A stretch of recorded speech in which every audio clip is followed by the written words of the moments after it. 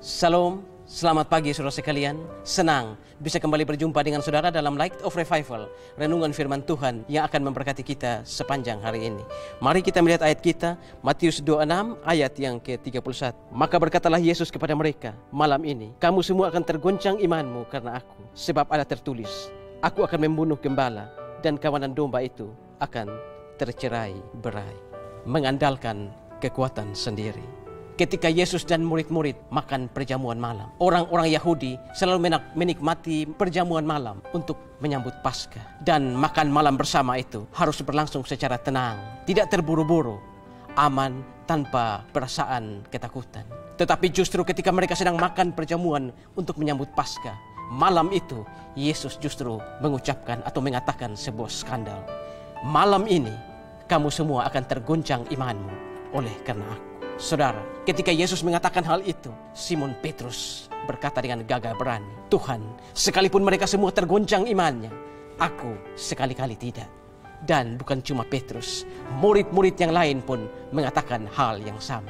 Ketika Yesus mengatakan skandal ini, mereka dengan gagah berani mengucapkan janji mereka. Bahkan Petrus mengatakan bahwa dia rela untuk mati bersama-sama dengan Yesus. Tetapi saudara-saudara, apa yang terjadi ketika Yesus ditangkap? Mereka semuanya lari meninggalkan Yesus. Bahkan Simon Petrus yang begitu gagah berani, Simon Petrus yang begitu vokal, dia justru menyangkal sampai 3 kali. Saudara, ternyata begitu mudah mengucapkan janji. Sebagai manusia, kita seringkali begitu mudah mengucapkan janji, tetapi kita tidak bisa hidup untuk memenuhi janji itu. Itulah manusia.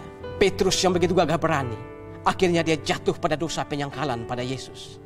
Bukan 1 atau 2 kali, tapi bahkan sampai 3 kali. Dan Petrus jatuh pada dosa penyangkalan ini bukan ketika dia berhadapan dengan seorang tentara atau seorang perwira Romawi. Justru ketika dia berhadapan dengan orang yang tidak ada arti apa-apa. Siapa orang itu? 2 orang budak dan 1 orang wanita. Orang yang di dalam budaya Yahudi, orang-orang yang tidak dihargai, orang-orang yang tidak punya nilai dalam masyarakat. Tetapi justru Petrus jatuh pada dosa penyangkalan. Petrus yang gagah berani, Petrus yang vokal, Petrus yang bersuara besar, Petrus yang selalu depan. Dia justru jatuh pada orang-orang yang tidak diperhitungkan pada masyarakat Yahudi pada zaman dulu. Saudara, itulah kita manusia. Kita seringkali mudah untuk berjanji, tetapi kita tidak mampu untuk menepati janji kita. Padahal ketika itu Yesus mengatakan bahwa setelah mengalami penderitaan, dia akan mendahului mereka ke Galilea. Saudara-saudara, mereka tidak memperhatikan kata-kata Yesus ini. Mengapa? Karena mereka terlalu fokus pada kesusahan. Mereka terlalu fokus pada masalah. Mereka lupa pada janji-janji Tuhan. Saudara-saudara, ternyata lebih mudah mati terhadap Yesus daripada hidup untuk Kristus. Di sini kita bisa belajar, saudara, bahwa di dalam pengiringan kita akan Tuhan, jangan pernah mengandalkan kekuatan sendiri.